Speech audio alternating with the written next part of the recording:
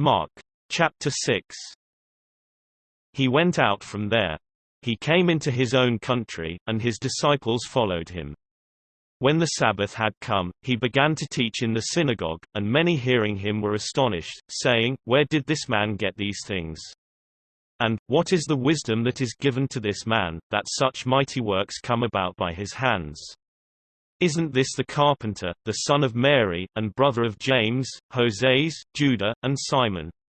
Aren't his sisters here with us?" So they were offended at him.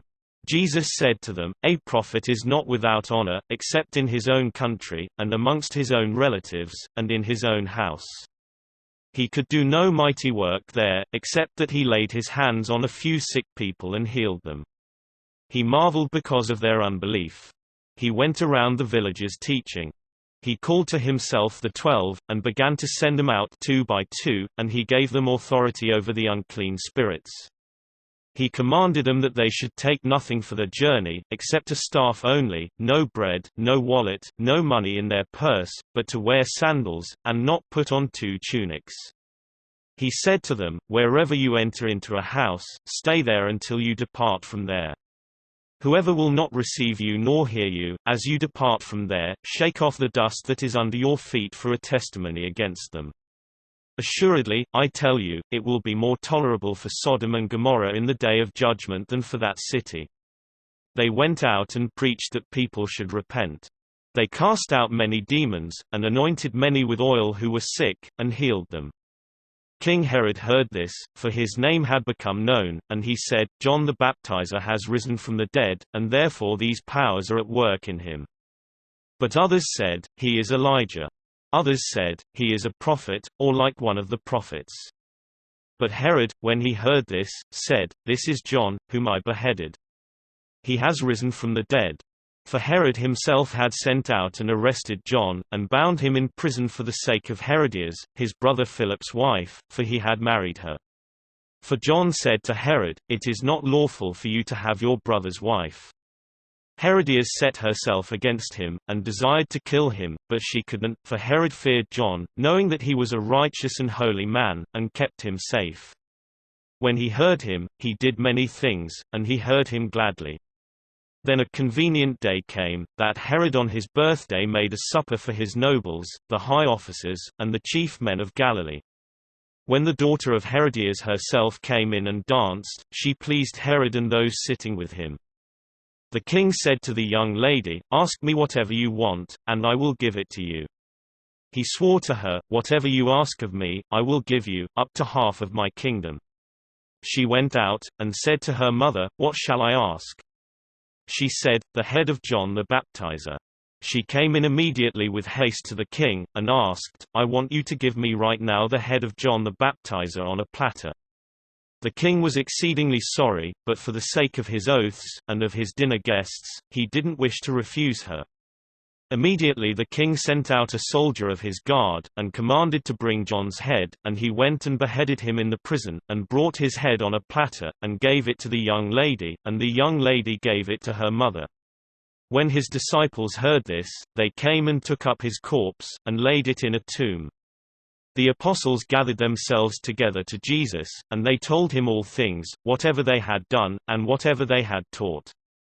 He said to them, "Come apart into a deserted place, and rest a while." For there were many coming and going, and they had no leisure so much as to eat. They went away in the boat to a deserted place by themselves. They saw them going, and many recognized him and ran there on foot from all the cities. They arrived before them and came together to him. Jesus came out, saw a great multitude, and he had compassion on them, because they were like sheep without a shepherd, and he began to teach them many things. When it was late in the day, his disciples came to him, and said, "This place is deserted, and it is late in the day. Send them away, that they may go into the surrounding country and villages, and buy themselves bread, for they have nothing to eat." But he answered them, "You give them something to eat." They asked him, "Shall we go and buy 200 denarii worth of bread, and give them something to eat?" He said to them, "How many loaves do you have? Go see." When they knew, they said, 5, and 2 fish. He commanded them that everyone should sit down in groups on the green grass. They sat down in ranks, by hundreds and by fifties. He took the 5 loaves and the 2 fish, and looking up to heaven, he blessed and broke the loaves, and he gave to his disciples to set before them, and he divided the 2 fish amongst them all. They all ate, and were filled. They took up 12 baskets full of broken pieces and also of the fish. Those who ate the loaves were 5,000 men. Immediately he made his disciples get into the boat and go ahead to the other side, to Bethsaida, while he himself sent the multitude away. After he had taken leave of them, he went up the mountain to pray. When evening had come, the boat was in the middle of the sea, and he was alone on the land. Seeing them distressed in rowing, for the wind was contrary to them, about the 4th watch of the night he came to them, walking on the sea, and he would have passed by them, but they, when they saw him walking on the sea, supposed that it was a ghost, and cried out, for they all saw him, and were troubled. But he immediately spoke with them, and said to them, "Cheer up! It is I, don't be afraid." He got into the boat with them, and the wind ceased, and they were very amazed amongst themselves, and marveled, for they hadn't understood about the loaves, but their hearts were hardened.